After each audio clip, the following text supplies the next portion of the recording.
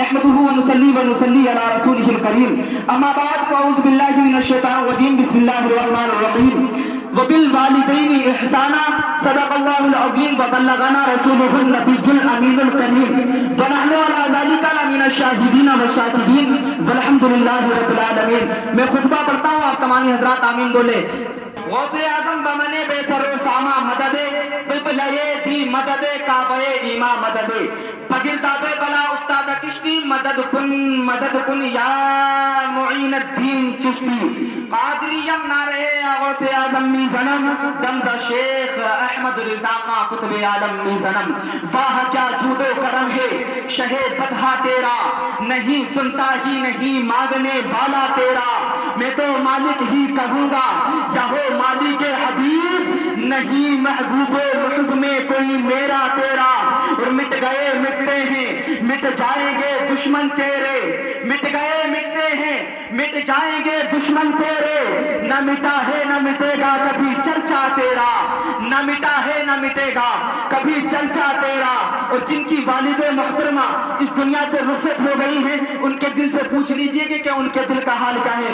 ماں کے حوالے سے میں شعر پڑھتا ہوں. جن کی ماں زندہ ہے وہ اپنی ماں سے ماں کی خدمت کے لیے ماں کی لمبی زندگی کے لیے دعا کرے، اور جن کی ماں دنیا سے رخصت ہو گئی ہے وہ ان کی مغفرت کے لیے دعا کرے. ماں کے حوالے سے شعر پڑھتا ہوں، سماعت کر لیجئے. شاعر نے کہا تھا کہ بلندی دیر تک کس شخص کے حصے میں رہتی ہے، بلندی دیر تک کس شخص کے حصے میں رہتی ہے.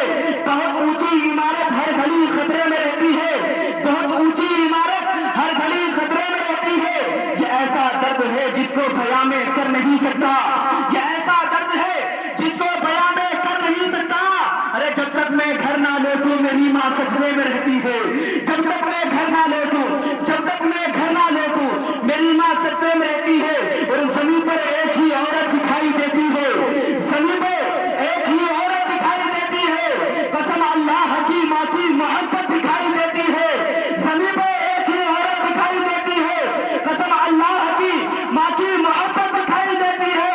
اے بولی ماں تیرے چہرے کی جھلیوں کی قسم، اے بولی ماں تیرے چہرے کی جھلیوں کی قسم، ہر ایک لکیر میں جنت دکھائی دیتی ہے، ہر ایک لکیر میں جنت دکھائی دیتی ہے. اور قدم قدم پر خوشی لاجواب دیتا ہے، قدم قدم پر خوشی لاجواب دیتا ہے، پرن جو غم سے نکال دیتا ہے. میری ماں کی دعاؤں کا فیض ہے مجھ پر، میری ماں کی دعاؤں کا فیض ہے مجھ پر. میں ڈوبتا ہوں دریا اچھال دیتا ہے، میں ڈوبتا ہوں میں ڈوبتا ہوں میں ڈوبتا ہوں دریا اچھال دیتا ہے، میں ڈوبتا ہوں دریا اچھال دیتا ہے، میں ڈوبتا ہوں دریا اچھال دیتا ہے. آئیے ہم اور آپ مل کر نبی اور آل نبی کی بارگاہ میں ایک مرتبہ زندہ دلی کے ساتھ درود پاک کو پڑھ لے، اور اس نیت سے نبی کی بارگاہ میں درود پاک کو پڑھا جائے کہ ہمارے آقا ہمارے درود پاک پڑھنے کو اپنے کانوں سے سماعت کر رہے ہیں. درود پاک پڑھے بابا سے بلند اللہم صلی علی سیدنا و شفیعنا مولانا محمد و بارک وسلم علیہ الصلوۃ والسلام علیک یا رسول اللہ صلی اللہ تعالی علیہ وسلم. ماشاءاللہ اللہ تعالیٰ آپ کو سلامت رکھے، آپ کو شاد و آباد رکھے. آپ نے درود پاک کو پڑھا، کچھ لوگوں نے نہیں پڑھا، کچھ لوگوں کو سستی نے مار دیا. جن کو سستی نے مار دیا میں مولا کریم سے کی بارگاہ میں دعا کرتا ہوں کہ مولا تو ان کی سستی کو مار دے اور انہیں ایک نیک صالح زندگی عطا فرما دے. جنہوں نے درود پاک کو نہیں پڑھا اور جن میرے بھائیوں نے پڑھا اور جنہوں نے نہیں پڑھا دونوں ہی سماعت کر لیں. بڑی پیاری بات ہے، نبی کی حدیث سے بات ہے. میرے نبی پاک صلی اللہ تعالیٰ علیہ وسلم فرماتے ہیں کہ جب کوئی مومن بندہ دل سے ایک مرتبہ مجھ پہ درود و سلام کرتا ہے. کون فرماتے ہیں؟ میرے آقا فرماتے ہیں کہ جب کوئی مومن بندہ دل سے درود و سلام پڑھتا ہے تو اس کے درود و سلام پڑھنے کو میں اپنے کانوں سے سماعت کرتا ہوں. سبحان اللہ. میرے آقا ہمارے ہم جیسے گناہگاروں کی آواز کو اپنے کانوں سے سنتے ہیں، تو ہمیں کیوں نہ آقا پر درود پاک پڑھیں. ایک مرتبہ اور زندگی کے ساتھ درود پاک پڑھیں. اللہم محمد صلی اللہ علیہ وسلم صلو علیہ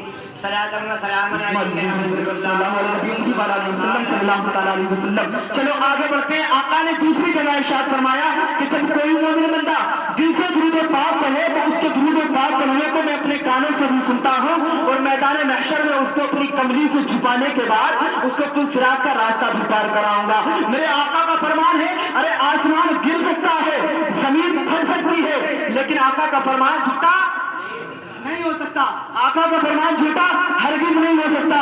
اب کچھ لوگوں نے یہاں پر سوال اٹھانا شروع کیا، کچھ لوگوں نے غیر مقلدوں نے یہاں پر سوال اٹھانا شروع کیا کہ آقا کریم صلی اللہ تعالیٰ علیہ وسلم کی آخر چادر کتنی بڑی ہوگی، اس چادر کے اندر کتنے لوگ آ سکتے ہیں، اس چادر میں کتنے لوگ چھپ سکتے ہیں؟ تو حضرات ان کی بات بھی بالکل صحیح ہے کہ کتنے لوگ چھپ سکتے ہیں۔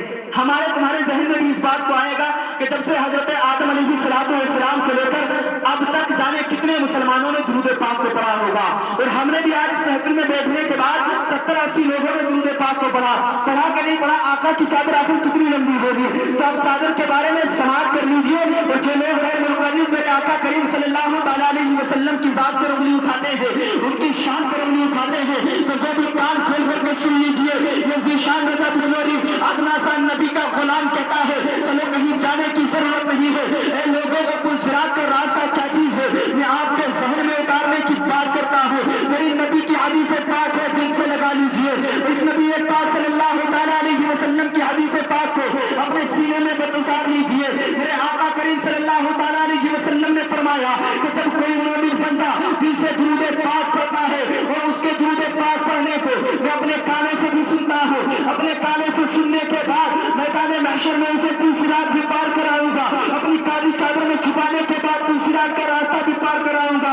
اے لوگوں کان کھول کر کے سنو، وہ پل صراط کا راستہ کیا چیز ہے، وہ پل صراط کا راستہ آخر دیکھنے میں کیسا ہے، وہ پل صراط کا راستہ دکھتا کیسا ہے؟ تو سماعت کرو مسلمانوں، تاریخ شاہد ہے، تاریخ میں آتا ہے کہ وہ پل صراط کا راستہ جو ہے وہ جہنم کے اوپر سے گزرا ہے، اور بال سے زیادہ باریک، تلوار سے زیادہ تیز ہے، بال سے زیادہ باریک، تلوار سے زیادہ تیز۔ کیا ہمارے تمہارے عمل ایسے ہیں کہ ہم اس پل صراط کے راستے کو ہنستے ہوئے پار کریں؟ کیا کسی کے اعمال ایسے ہیں کہ ہنستے ہوئے پل صراط کے راستے کو پار کر دے؟ کوئی ہے ایسا اس محفل میں کہ جو پل صراط کے راستے کو مسکراتا ہوا پار کر دے؟ کوئی ہے اس محفل میں ایسا کہ جو دوڑتا ہوا چلا جائے پل صراط کے لاسٹ کونے پہ جا کر رکے؟ میرے پیارے ہمارے اعمال ایسے نہیں کہ ہم اس پل صراط کے راستے کو ہنستے ہوئے پار کر دیں، ہمارے اعمال ایسے نہیں کہ ہم پل صراط کے راستے کو ہنستے ہوئے پار کر دیں، ہمارے اعمال ایسے نہیں کہ ہم ایک ہی بار چلنے میں پل صراط کے راستے کو پار کر دیں، بلکہ ہمارے اعمال تو ایسے ہیں پل صراط کے راستے پہ جب پہلا قدم رکھیں گے تو کر کے جہنم میں گر جائیں گے۔ ہمارے اعمال تو ایسے ہیں کہ ہم پل صراط کو جاتے ہوئے مریں گے، ہمارے اعمال تو ایسے ہیں کہ ہم پل صراط کے راستے کو پار کیسے کریں گے؟ آخر سوچنے سے ڈر لگتا ہے، لیکن ہمارے تمہارے آقا انعامدار مدینے کے تاجدار دونوں عالم کے مالک و مختار حضور سرور دونوں متا حضور صلی اللہ تعالیٰ علیہ وسلم نے وعدہ فرما لیا ہے کہ جب کوئی مومن بندہ دل سے درود پاک کرتا ہے تو اس کو کوئی کملی میں چھپانے کے بعد وہ پل صراط کا راستہ بھی پار کراؤں گا۔ سبحان اللہ کہیے۔ اور جو لوگ اس پر انگلی اٹھاتے ہیں کہ آقا کی کالی چادر کتنی بڑی ہوگی، تو تفسیر کے ساتھ سماعت کر لیجئے گا، آپ حضرات اپنے ذہن میں اتار لیجئے گا۔ میں بتانا یہ چاہتا ہوں ہمیں کہیں جانے کی ضرورت نہیں ہے۔ آج لوگ ہمیں ہندوستان سے نکالنے کی بات کرتے ہیں تو ہرگز نہیں نکال سکتے، یہ میں نہیں، یہ میرا خواجہ غریب نواز کا فرمان ہے۔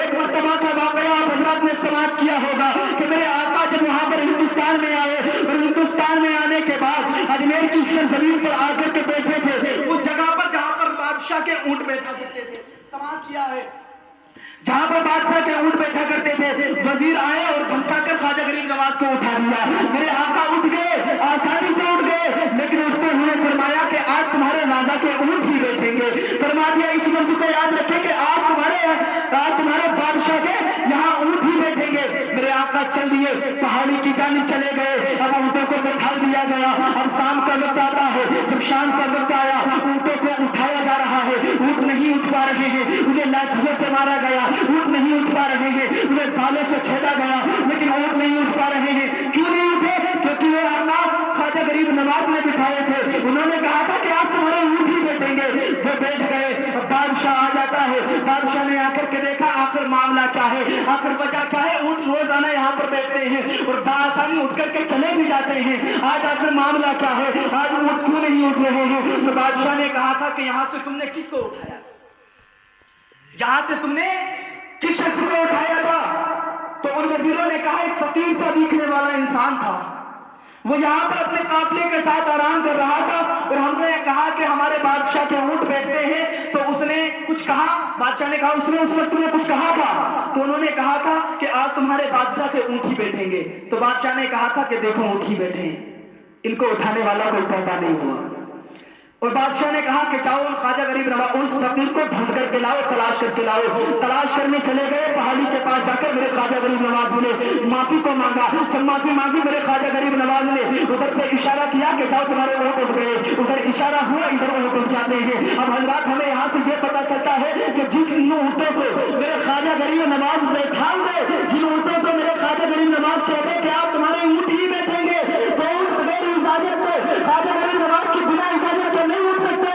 جن مسلمانوں کو میرے خواجہ غریب نواز ہندوستان میں، میرے خواجہ غریب نواز جن مسلمانوں کو ہندوستان میں بسا دے، تو بنا خواجہ غریب نواز کی اجازت کے، چاہے وہ نصیب رضوی ہو، چاہے وہ نصیب احمد ہو، چاہے دنیا کا کوئی بھی غدار ہو، چاہے مسلمانوں کو ستانے والا کوئی بھی ہو، میرے خواجہ غریب نواز کی بغیر اجازت کے دنیا سے مسلمانوں کو، دنیا سے کیا ہندوستان سے مسلمانوں کو نہیں نکال سکتا ہے۔ آج چلو میں خواجہ غریب نواز کی بارگاہ میں لے کر کے چلتا ہوں، اسی ٹاپک پہ آتا ہوں۔ بیان یہ کر رہا تھا کہ میرے خواجہ غریب نواز کی میرے آقا کریم صلی اللہ علیہ وسلم کی چادر کتنی بڑی ہوگی۔ کچھ لوگوں نے انگلی اٹھایا تھا نا، اب سماعت کرو، چلو کہیں جانے کی ضرورت نہیں ہے۔ جنہوں نے ہمیں ہند میں بسایا ہے، جنہوں نے ہمیں اس ہند میں بسایا ہے، جنہوں نے ہمیں اس زمین، جنہوں نے ہمیں رہنے کو یہ زمین دی ہے، جنہوں کی وجہ سے آج ہمارا دین پیوست ہے، جن کی وجہ سے آج ہم یہاں بیٹھ کر کے نبی اللہ کا ذکر کر رہے ہیں، اسی اللہ کے ولی کی بارگاہ میں چلتے ہیں جس کا نام حضرت خواجہ غریب نواز ہے۔ چلو خواجہ غریب نواز کی بارگاہ میں جا کر کے تصور میں سوال کرتے ہیں، اے خواجہ غریب نواز علیہ رحمت و رضوان، ہمیں ایک سوال کا مسئلہ چاہیے، ہمیں ایک سوال کا جواب چاہیے۔ ہمارا مسئلہ یہ ہے کہ آقا کا فرمان ہے کہ میدان محشر میں پوزیرات کو اپنی کمری میں چھپانے کے بعد میں تمام لوگوں کو پار کراؤں گا، تمام درود پڑھنے والوں کو پار کراؤں گا۔ آقا یہاں پر کچھ لوگ انگلی اٹھا رہے ہیں، آقا یہاں پر کچھ لوگوں نے آقا کی چادر پر انگلی اٹھانا شروع کر دیا ہے۔ جب تصور میں سوال کیا گیا تو درگاہ خواجہ غریب نواز سے آواز آئی تھی کہ تمہارے سوال کو، اس مسئلے کو 800 سال پہلے ہی پر اس مسئلے کو حل کر دیا گیا تھا، تمہارے سوال کا جواب 800 سال پہلے مل گیا تھا۔ جب تاریخ کو اٹھا کر کے پڑھا گیا، جب تاریخ کو دیکھا گیا تو تاریخ میں ایک واقعہ ملتا ہے جب خواجہ غریب نواز علیہ رحمت و رضوان نے اپنے غلام کو حکم دیا تھا، اے غلام جاؤ انا ساگر کے پاس اور انا ساگر سے پانی لے کر کے آؤ۔ غلام جاتا ہے اور جانے کے بعد انا ساگر کے پاس سے گیا تو جانے کے بعد دیکھا تو چاروں طرف سپاہی کھڑے ہوئے ہیں۔ کون کھڑے ہوئے؟ سپاہی کھڑے ہوئے ہیں، اور وہ ایک بات اپنے منہ سے کہہ رہے ہیں، وہ یہ اعلان کر رہے ہیں کہ انا ساگر سے اگر کسی نے پانی کو لے جانے کی کوشش کی تو ہم اپنے ہتھیاروں کو چلائیں گے، ہم اپنی تلواروں کو چلائیں گے، ہم اپنے بھالوں کو چلائیں گے، ہم اپنے ہتھیاروں کو چلائیں گے اور اس کو تباہ و برباد کر دیں گے، نیک و نابود کر دیں گے۔ لیکن برادران اللہ اسرائیلیہ انہیں یہ نہیں پتا تھا کہ کس سے پالا پڑا ہے، ایک اللہ کے ولی سے پالا پڑا ہے، ایک نبی کے بیٹے سے پالا پڑا ہے، جو امام حسین کے بیٹے سے پالا پڑا ہے۔ اللہ کی قسم مسلمانوں، غلام آ جاتا ہے واپس نبی، غلام آ جاتا ہے واپس میرے خواجہ غریب نواز کی بارگاہ میں، اور آنے کے بعد عرض کرتا ہے آقا میں پانی لینے کے لیے گیا تھا لیکن پانی لے کر کے نہیں آیا۔ سبحان اللہ۔ میرے خواجہ غریب نواز نے فرمایا کہ کیوں پانی لے کر کے کیوں نہیں آئے؟ تو غلام کہنے لگا کہ آقا جہاں میں پانی لینے کے لیے گیا تو اس جگہ پر تمام سپاہیوں کا پہرا ہے، تمام پہرے دار وہاں پہرا دے رہے ہیں اور وہ یہ کہہ رہے ہیں کہ جس نے پانی کو لے جانے کی کوشش کی تو ہم اس کو دنیا سے مٹا دیں گے، تباہ و برباد کر دیں گے، لیکن پانی کی ایک بوند نہ ساگر سے جدا نہ ہونے دیں گے۔ میرے خواجہ نے فرمایا تھا کہ